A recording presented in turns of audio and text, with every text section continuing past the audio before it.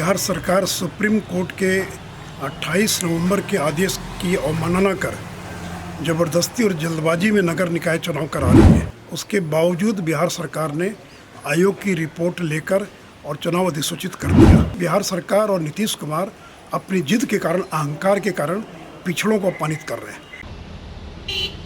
बिहार में नगर निकाय चुनाव को लेकर जो है अब राजनीति शुरू हो गई है। जिस तरीके से राज्य निर्वाचन आयोग ने नगर निकाय चुनाव को लेकर तिथि जारी कर दी, तो कहीं ना कहीं अब इसको लेकर भारतीय जनता पार्टी पूरी तरह से हमलावर है। और बीजेपी की ओर से राज्यसभा सांसद सुशील मोदी ने कह दिया कि नीतीश सरकार अब सुप्रीम कोर्ट के आदेश की अवमानना कर रही है। क्या कुछ कह रहे हैं सुशील मोदी, पहले आप वो सुने। बिहार सरकार सुप्रीम कोर्ट के 28 नवंबर के आदेश की अवमानना कर ज़बरदस्ती और जल्दबाजी में नगर निकाय चुनाव करा रही है। सुप्रीम कोर्ट ने जब 28 नवंबर को आदेश पारित कर दिया कि बिहार सरकार ने जो आयोग गठित किया था उसको रोका जाए, उसको अधिसूचित न किया जाए, उसके बावजूद बिहार सरकार ने आयोग की रिपोर्ट लेकर और चुनाव अधिसूचित कर दिया।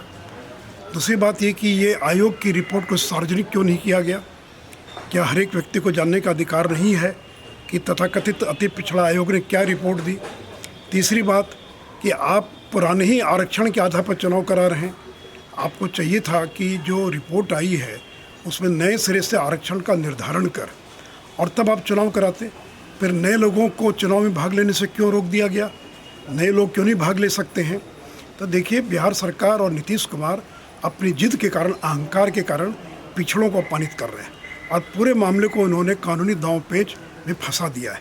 मैं अभी भी बिहार सरकार से आग्रह करूंगा कि सुप्रीम कोर्ट में जाइए, अपने पक्ष में निर्णय लीजिए, और नहीं तो ये चुनाव रुकने का खतरा है।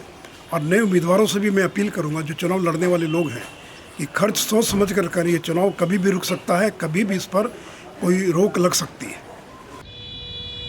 कहीं ना कहीं सुशील मोदी ने सीधे तौर पर नीतीश सरकार पर जोरदार हमला बोल दिया और सीधे तौर पर कहा है कि जो पुराने जो आरक्षण की नीति है उसी को लागू करके नीतीश सरकार चुनाव करवा रही है, जो कहीं ना कहीं सुप्रीम कोर्ट के आदेश की अवमानना है। और जल्दबाजी में नीतीश सरकार ने ये फैसला लिया है जो कहीं ना कहीं गलत है, और सरकार सुप्रीम कोर्ट की अवमानना कर रही है। और कड़ी से कड़ी कार्रवाई की भी मांग राज्यसभा सांसद सुशील मोदी ने कर दी है।